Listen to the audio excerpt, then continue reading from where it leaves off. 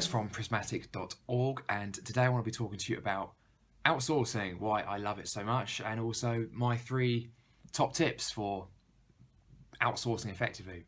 It's probably no surprise that I'm a big fan of outsourcing, given that I'm all about building online businesses. I'm all about freeing up time, putting life first, and outsourcing is one of the main methods that has allowed me to deliver a lot more with less.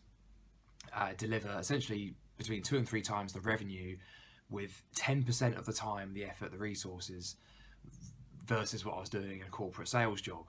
And yes, that partly comes from the fact that I'm simply outsourcing administrative tasks and also tasks that I don't have the expertise to do, and giving that to someone else to do who is being paid a wage. But it's not just about that. It's also more, if anything, about hiring someone to do things in a short, sharp, and efficient way, either on an employed kind of basis or on a job by job basis. So, for example, my business right now is a 7-figure Amazon business, but there's no need to hire an in-house graphic designer, for example. I mean, we did that at one point, and it was just way more expensive than it was worth. So it's far more effective to hire the graphic designer when we need them. Same thing can be said for most aspects of the business, with exception, say, to customer service. And I have an assistant who is my only single employee, but even she's only working 10 hours a week plus occasional overtime. So when they're at work, they're at work, and they're abiding by what I would refer to as the golden rules of freedom. So minimizing downtime, minimizing that bureaucracy, not spending time doing bullshit around the water cooler. When they're at work, and they work efficiently, doing what they're there to do, not merely navigate corporate process. And of course, on the other hand, they don't need to ask for permission. They are opting themselves in to do the work they want to do. They can work whenever they want, and so there's a lot more flexibility in what they're doing. So on the other hand, though, a lot of people are quite anti-outsourcing, I would even go as far to say. So naturally there's going to be some concerns, and yes, there are drawbacks to outsourcing relative to having someone in-house full-time. I'm not going to come and deny that, but when you look at the cost involved, do you want to pay £3,000 a month for option A, or do you want to pay £30 a month for option B? Do you know what I mean? So there's just the cost and time benefits just blow most of the objections out of the water. But nonetheless, there are concerns around outsourcing. But a lot of this, I really do believe, comes just from this relic of old school working. This just the fact that the outsourcing movement is still in its early adopter phase. I think we're past the innovation phase, but we're still very much in the early adoption phase. A traditional business today still spends a third of its margin, gross operating margin, on salaries, right? So you have the opportunity now to drastically reduce that.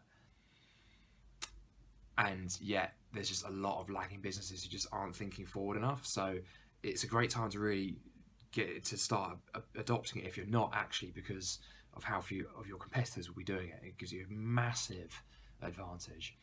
But there are concerns, and it's worth bearing in mind both those benefits and those concerns as we move through into the 3 tips I'm going to share with you right now. Tip number 1 is simply to vet well. So a wise man once said to me that there's only 3 things you've got to worry about, and that's quantity, quality, and direction.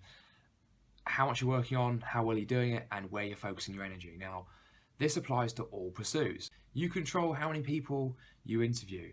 The same concept applies to all things. It applies to how many products you want to launch. If you want to de-risk your products, launch more of them.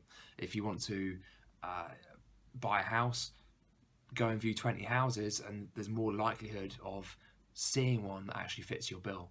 And as a general rule of thumb as well, you probably want to be looking at 3 or 4 leads, whatever the context, for every one that you want to take to the next stage. So take, for example, when I hired my assistant for my Amazon business, I interviewed 6 people for that role and did that as a means to make sure I covered all my bases, and that I was going to get a good feel, hopefully, for the level of aptitude and ability and keenness and all those things. And as it happened, she was the first one I interviewed, and right away I knew this girl would be great for this post. And actually, the subsequent 5, I just thought, no, I'd stick with the first one. But what often happens is that when people go down any pursuit, such as hiring someone or buying a house, or whatever it might be, is they get one opportunity in the pipeline, and they put all their energy into that, and then because there's only probably a 25-30% chance of that one actually being what you want, most of the time it's not the right hire, the right opportunity, and they end up losing it and have to start all over again. So part of vetting well is to take control of the quantity. Make sure you've got a lot of applicants in at the front end, and the more you got in there, the more likely you're going to find that golden candidate at the end of it. And it is important to hire right. It just makes your life so much easier. A good hire will just worth its weight in gold. And as part of vetting well, my personal approach is to make it as easy as possible for that person. I've been through enough crappy interviews with sociopathic right in the corporate world, and the last thing I want to do is make my potential applicant feel uneasy. It's not an appropriate interview tactic. I think it's rude, and it's also a terrible introduction to the relationship. You do not want that person working for you to have a negative experience when they're working for you. And if there's a negative experience in the interview, you can bet your bottom dollar that the job isn't going to be much better.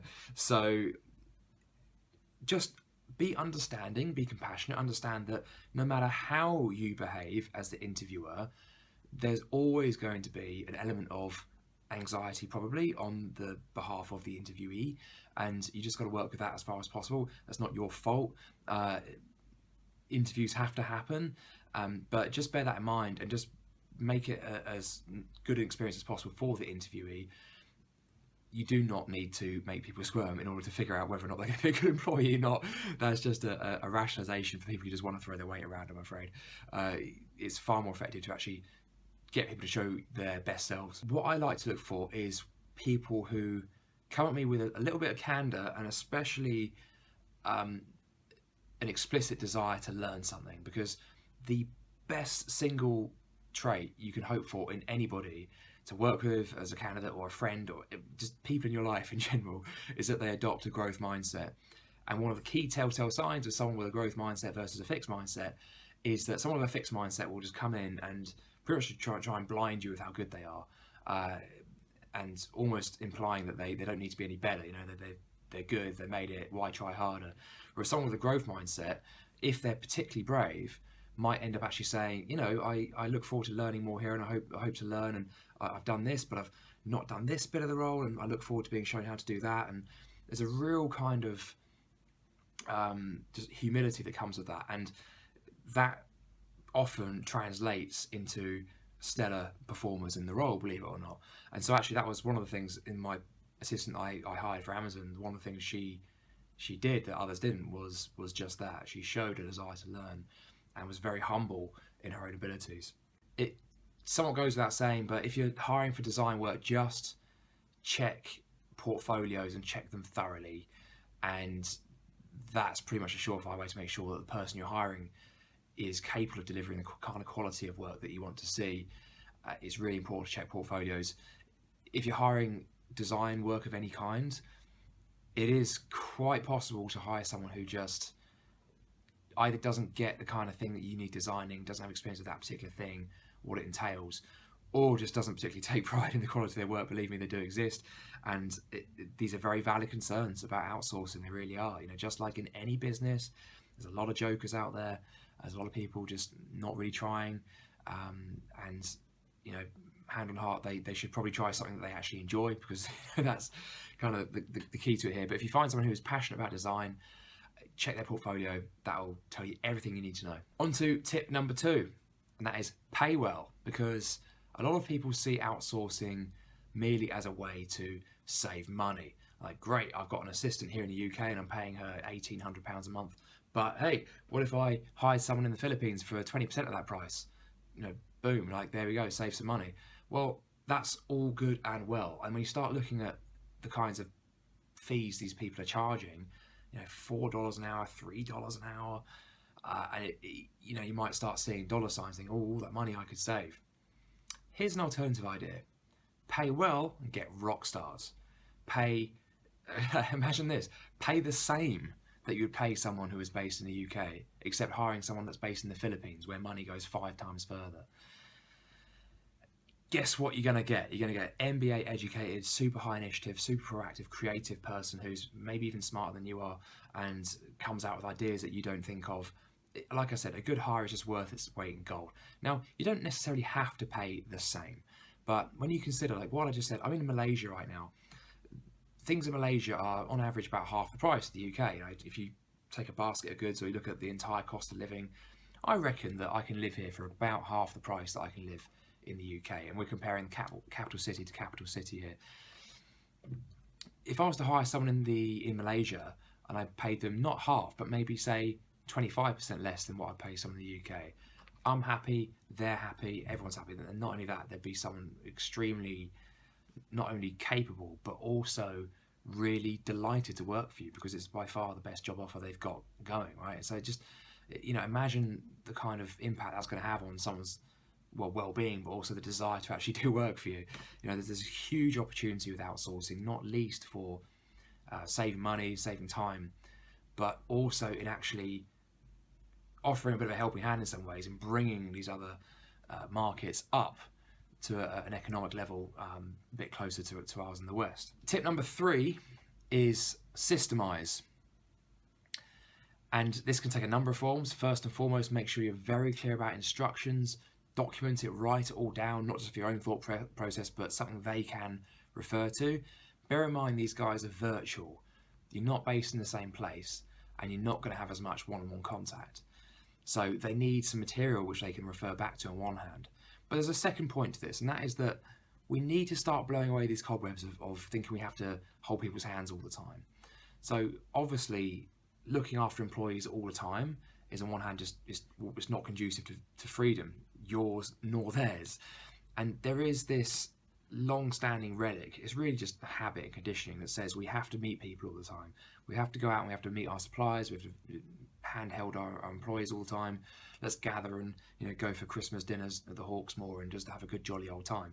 Well, actually, you don't need to do that, and it reflects in the numbers. So the message is that when you outsource, let them do their thing. Encourage autonomy. Don't encourage hand-holding behavior, because if you keep doing that, then they're just going to keep expecting that as well. You have, in some sense, like a duty to show them the ways of working that are effective in the world as it's configured today. In some sense, you're the manager. You want to be this person's coach as well. This is an opportunity to, as a business owner, to hand something down, and to show people what effective working means today. And yes, there'll be a relationship, and yes, you'll be having great email communications and phone calls, maybe Skype calls. Who knows? You might even meet them on occasion. But do not feel like, if you haven't spoken to them for a while, like, oh, I should probably you'd be amazed, especially loyal Filipino VAs. They'll carry on working for you if you treat them well, you pay them well, you give them clear instructions. They'll stick around. You don't have to be there at their beck and call all the time. The point is to systemize, to create more life. If you want to chat to them, that's great, but don't feel that you have to, and ignore the devil on your shoulder telling you that that's somehow going to impact your business. It's not. It's going to be good for your business. I promise you, I've been there, I've done it, and it works. So there you go, guys. My 3 tips for outsourcing effectively on sites such as Upwork, Fiverr, Elance. Number 1 is vet well. Number 2 is pay well. Number 3 is systemize. So I hope that's useful, guys. I shall chat to you next time.